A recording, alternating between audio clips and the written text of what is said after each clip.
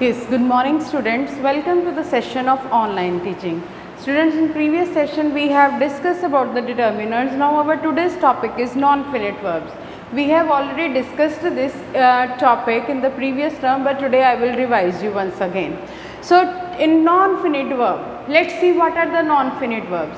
Non-finite verbs are that verbs which are not changing according to the subject. Means if subject is singular, plural, any one is there, but there will be no change in the verb. It will be remain same. So that are the non-finite verbs. Now let's see the kinds of non-finite verb.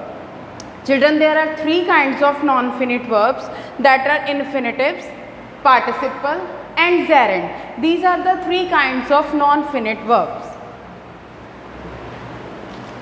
Now let's discuss what are infinitives. When we use the verb with the verbs main verb, like to walk, to go, like this. When to is there with the main verb, then this is called infinitives, and these are not changing according to the person, according to the number of persons, according to the subject. It will remain same. And next is participle.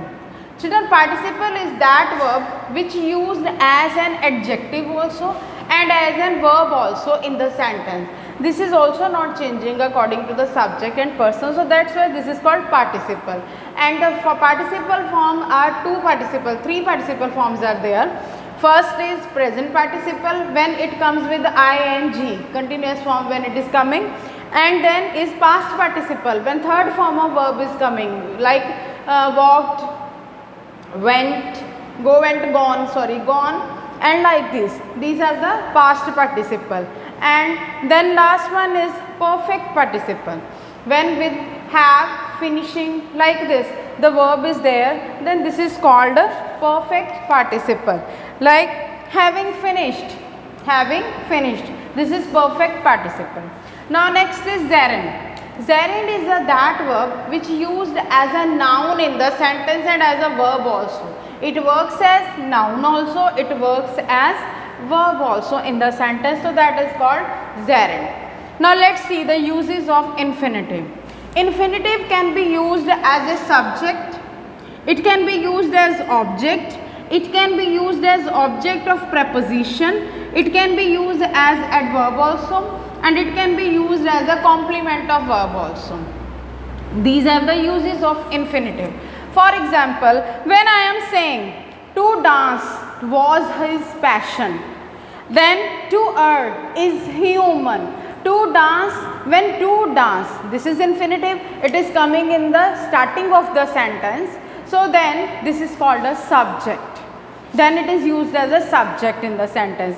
And next is infinitive as object when it comes at the end of the sentence, like girls love to dance, verb के बाद अगर आ रहा है, if it comes after main verb, so then it is used as a object, like girls love to dance, then they like to play chess. So main verb love and like are there, and afterward to love and to play are coming, so these are used as a object here.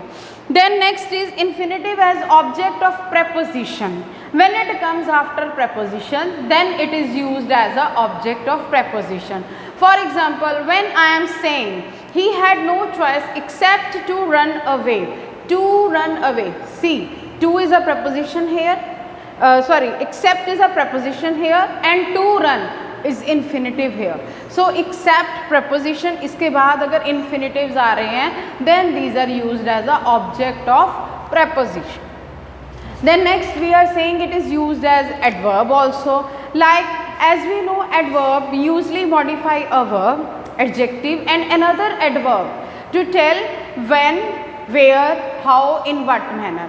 Adverb आपको इन चीज़ों का answer देते हैं what, when, where, how and in what manner, or what extent an action is performed. So it shows the purpose also, result also, reason, etc. Now let's see how we use the infinitive as adverb. The officer returned to help. means here reason is given, so this is used as adverb. Next is we eat to live. How we eat? We eat to live. So here reason is given, so that's why this is used as adverb.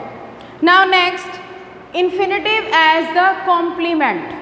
जब ये आपके auxiliary verb के बाद आ रहे हैं, auxiliary verbs are that is, am, are, was, were, these all are auxiliary verb और helping verbs. अगर infinitives helping verbs के बाद आ रहे हैं, then that are used as the complement of verb. All right. As object of preposition if it comes after the preposition, object of verb when it is come after the main verb. But अगर ये आपके auxiliary verbs के बाद आ रहे हैं infinitives, then these are used as a complement of verb. For example, when I am saying this, her greatest pleasure is to swim.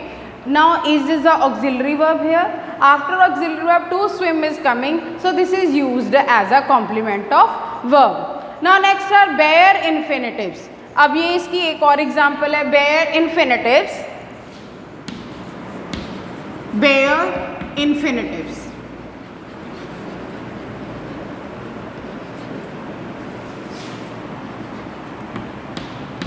Children, bare infinitives are that infinitives which are used without to.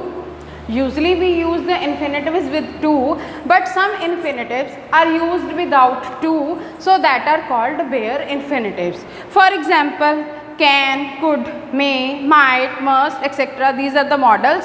Or then some verbs big, dare, need, hear, let, make, see. So they are used after these. They are used after these models.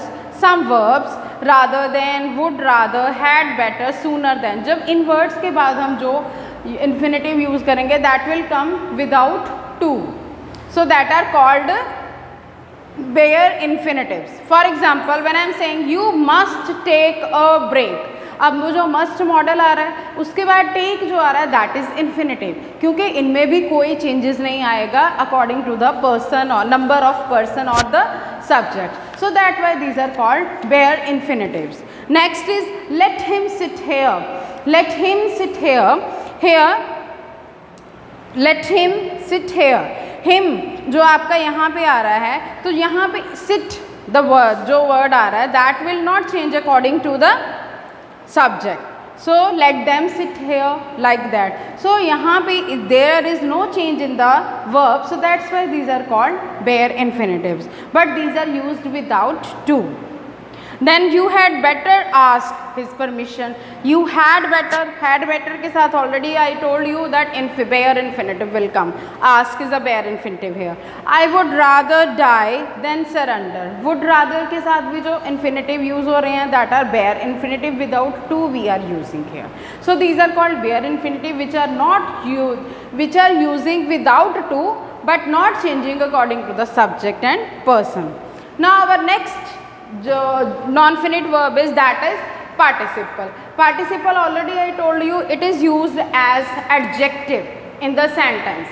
It tells the quality of the noun.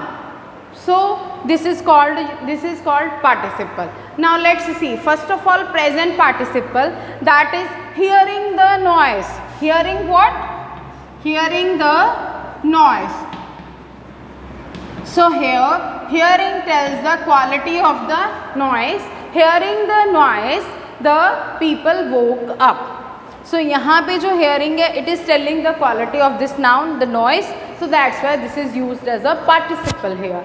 Next is I saw a monkey climbing up the tree. What monkey is doing? Monkey is climbing up the tree. So climbing, telling the quality of that monkey. So this is called participle. Now let's see the uses of present participle. How we can use it. First of all, as I told you, it is used as an adjective. Before the noun, it qualifies. For example, barking dog seldom bite. Barking dogs. Dogs की quality क्या है? Barking dogs. So barking is the participle here.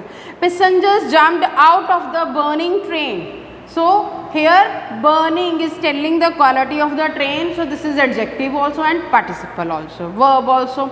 So this is used as a participle.